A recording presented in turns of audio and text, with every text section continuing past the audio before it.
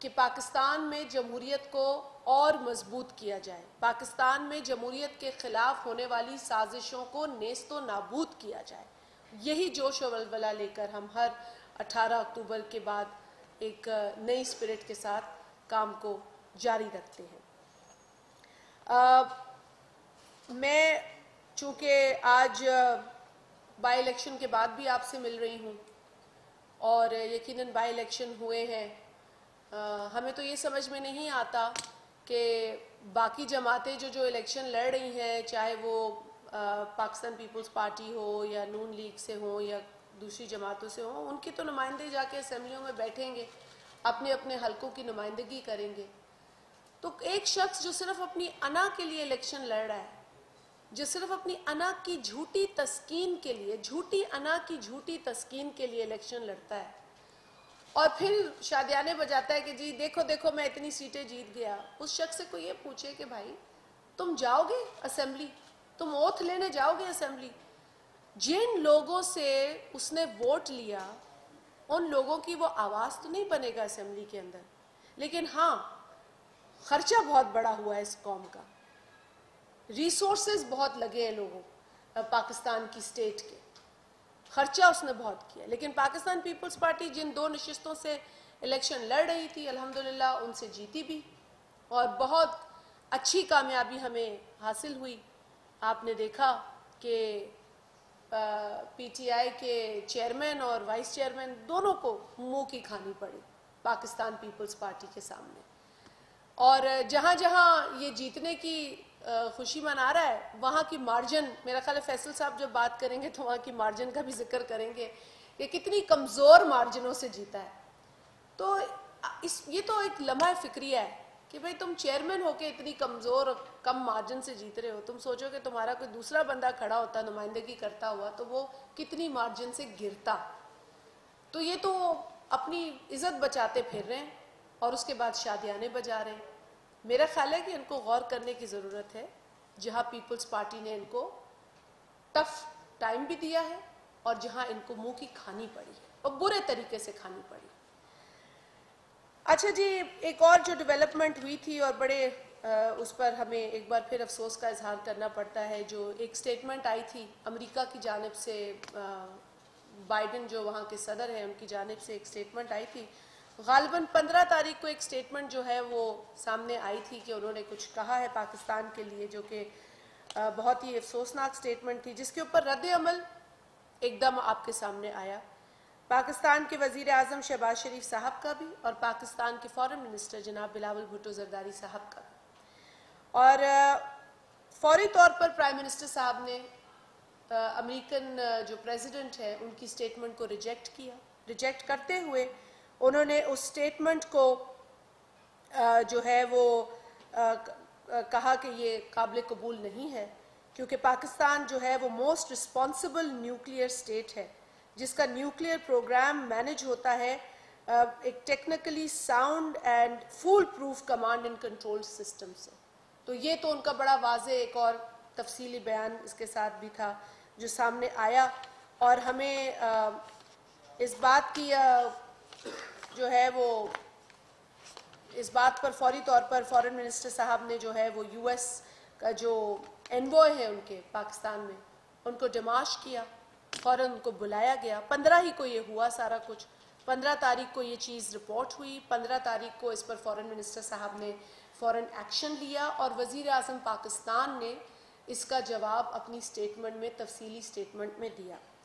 نتیجتاً جو سامنے چیز آئی ہے، ایک دن چھوڑ کے پھر منڈے کو یہ چیز سامنے آئی ہے، یہ ہفتے کو ہوتا ہے، ڈیمارش ہو جاتا ہے، کارروائی ہو جاتی ہے اور پھر امریکہ کی جانب سے اس کے اوپر معذرت کی جاتی ہے اور ایک کلیریفیکیشن دی جاتی ہے. اور اس کلیریفیکیشن میں انہوں نے باقاعدہ یہ کہا کہ the United States is confident of Pakistan's commitment and its ability to secure its nuclear assets. تو یہ ان کی جانب سے رسپانس آ گیا، اور جب یقیناً قوم یا قوم کے جو سربراہ ہیں وہ الرٹ ہوتے ہیں، کیونکہ اس طرح کی جو سٹیٹمنٹس ہیں وہ وقتاً فوقتاً ہمیں